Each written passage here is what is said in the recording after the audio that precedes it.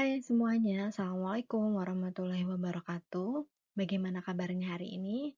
Setelah dari kemarin ya berminggu-minggu teman-teman semuanya merangkum tentang politik luar negeri pada masa-masa politik di Indonesia, untuk kali ini giliran Ibu yang akan menjelaskan tentang politik luar negeri pada masa atau pada era reformasi. Langsung saja kita bahas satu persatu ya teman-teman. Jadi pada masa reformasi ini diawali dengan kondisi politik luar negeri diarahkan pada upaya pemulihan kembali kepercayaan dunia internasional terhadap Indonesia dan memulihkan perekonomian nasional. Hal ini dikarenakan pasca adanya pemberontakan di tahun 1998 dan juga adanya krisis moneter di tahun tersebut pasca pemerintahan Soeharto. Sehingga di masa reformasi ini politik luar negeri Indonesia berupaya untuk mengembalikan kepercayaan dunia internasional terhadap Indonesia dan juga memulihkan perekonomian. Nah, politik luar negeri di era ini dipengaruhi oleh politik domestik dan juga politik internasional. Kita masuk ke presiden pertama di masa atau di era reformasi ini, yaitu ada Baharudin Yusuf Habibie. Di masa B.J. Habibie ini, pemerintahan luar negeri atau politik luar negeri Indonesia disibukkan dengan upaya memperbaiki citra Indonesia di kancah internasional dengan menerapkan kebebasan pers dan liberalisasi partai politik.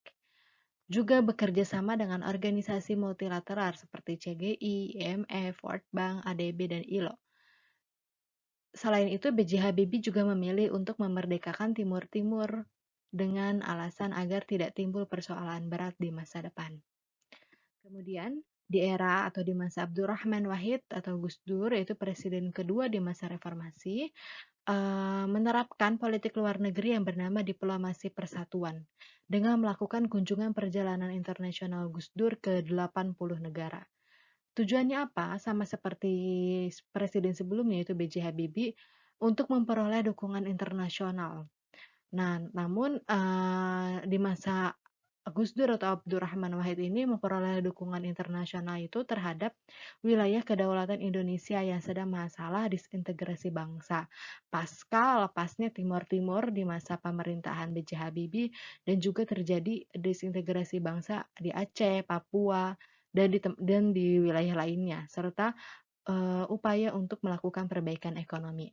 Mengapa terjadi disintegrasi bangsa di berbagai wilayah? Hal ini disebabkan karena pasca B.J. Habibie atau Baharudin Yusuf Habibie memerdekakan wilayah Timur Timur, sehingga banyak wilayah-wilayah di Indonesia yang juga ingin merdeka dari Indonesia. Alasannya itu karena disebabkan oleh politik di era Orde Baru atau Soeharto yang mengalami krisis moneter dan juga adanya pemberontakan di tahun 1998 sehingga banyak sekali wilayah yang ingin keluar dari kesatuan atau negara kesatuan Republik Indonesia. Nah, maka dari itu agar kedaulatan Indonesia ini dapat dipercaya kembali oleh dunia internasional, maka dari itu mulai dari B.J. Habibie dan juga Abdurrahman Wahid Gus Dur melakukan kunjungan-kunjungan internasional atau melakukan diplomasi dengan dunia internasional agar memperoleh kembali dukungan internasional terhadap kedaulatan Indonesia.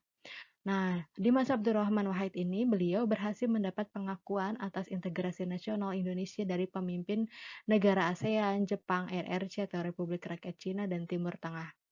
Kemudian, kepemimpinan Abdurrahman Wahid atau Gus Dur digantikan oleh Megawati Soekarno Putri. Nah, di masa Megawati Soekarno Putri ini, berkat usaha dari B.J. Habibie dan juga Abdurrahman Wahid atau Gus Dur, di masa awal pemerintahan Megawati, suasana politik dan keamanan dalam negeri sudah mulai kondusif. Dan juga situasi ekonomi mulai membaik dengan stabilnya nilai tukar rupiah. Nah, di masa Megawati ini, beliau lebih memperhatikan dan mempertimbangkan peranan DPR dalam penentuan kebijakan luar negeri dan diplomasi seperti amanat Undang-Undang Dasar 1945.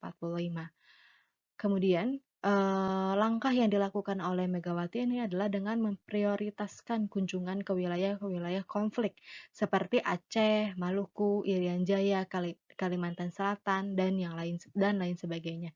Mengapa memprioritaskan kunjungan ke wilayah konflik? Karena, wilayah-wilayah konflik di Indonesia ini adalah yang akan menyebabkan, naik turunnya kepercayaan dunia internasional terhadap, kedaulatan Indonesia. Nah, sehingga Megawati daripada, sebelum melakukan diplomasi internasional, beliau lebih memprioritaskan atau mendahulukan melakukan kunjungan ke wilayah-wilayah konflik tersebut. Kemudian dilakukan diplomasi internasional dengan melakukan kunjungan ke 27 negara. Sama halnya dengan B.J. Habibie dan juga Abdurrahman Wahid, tujuannya adalah untuk mendapatkan kepercayaan internasional. Terutama hal ini serupa dengan Abdurrahman Wahid, yaitu dalam masalah disintegrasi bangsa dan kasus pelanggaran HAM terkait gerakan separatisme daerah. Mengapa ada kasus pelanggaran HAM? Karena pada masa Megawati ini terjadi banyak sekali terorisme. Bisa teman-teman cari tahu sendiri ya, apa saja, terorisme yang terjadi pada masa Megawati. Kemudian kepemimpinan Megawati ini digantikan oleh Susilo Bambang Yudhoyono atau SBY. Nah, pada masa pemerintahan, SBY ini, politik luar negerinya berhasil merubah citra bangsa Indonesia dan menarik para investor asing. Hal ini, tidak lain dan tidak bukan berkat adanya usaha dari presiden-presiden sebelumnya, yaitu B.J. Habibie, Abdurrahman Wahid, dan juga Megawati Soekarno Putri. Sehingga pada masa pemerintahan SBY ini, citra bangsa Indonesia sudah mulai membaik dan banyak investor asing yang mulai kembali masuk atau bekerja sama dengan Indonesia. Nah, kemudian SBY juga menjalin kerjasama dengan banyak negara. Nah, diplomasi internasional atau politik luar negerinya SBY ini dikenal dengan sifat yang pragmatis, kreatif, dan oportunis. Artinya, SBY ini berhubungan baik dengan negara, organisasi internasional, atau perusahaan multinasional yang bersedia membantu dan menguntungkan Indonesia. Hal ini mengartikan bahwasannya kerjasama SBY terhadap atau politik luar negeri SBY ini tidak terikat hanya kepada sebuah negara saja, tetapi juga melakukan kerjasama dengan organisasi internasional dan juga perusahaan multinasional.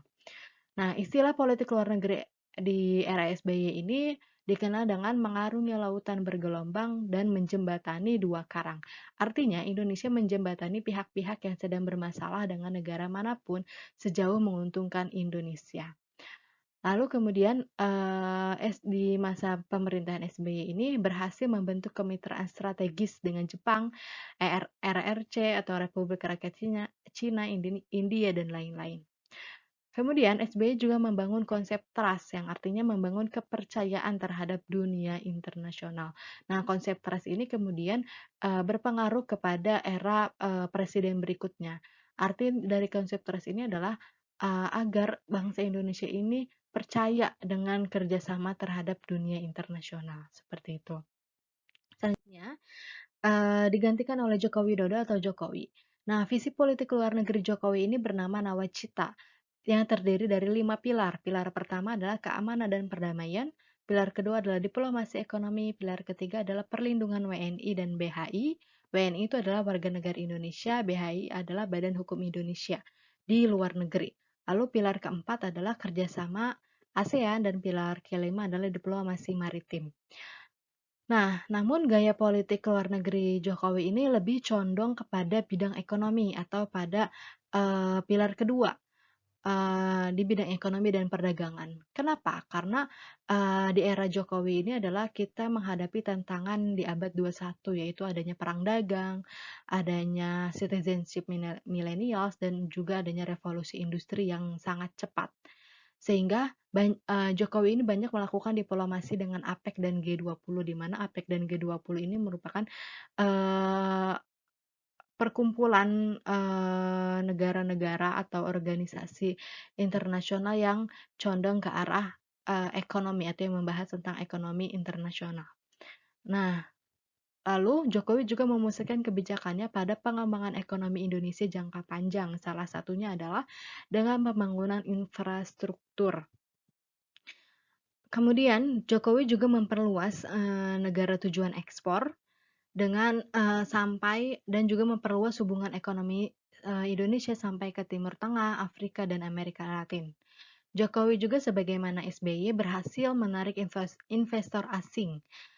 Kemudian selain di bidang ekonomi, politik luar negeri Jokowi juga terlihat dengan cara Jokowi untuk membangun citra Islam. Maksudnya seperti apa? Maksudnya adalah Jokowi ini dengan vokal menyuarakan pendapat atau suara bahwasanya Indonesia bersikap tegas untuk melawan adanya pemberontakan-pemberontakan di wilayah-wilayah konflik internasional seperti pada kasus Palestina, Rohingya, dan yang lain sebagainya. Nah, demikianlah politik atau sistem politik luar negeri di masa era reformasi. Sekian penjelasan dari Ibu. Teman-teman semuanya jangan lupa untuk mengerjakan tugas yang akan Ibu lampirkan di Google Classroom. See you soon. Bertemu kembali dengan Ibu di pertemuan selanjutnya.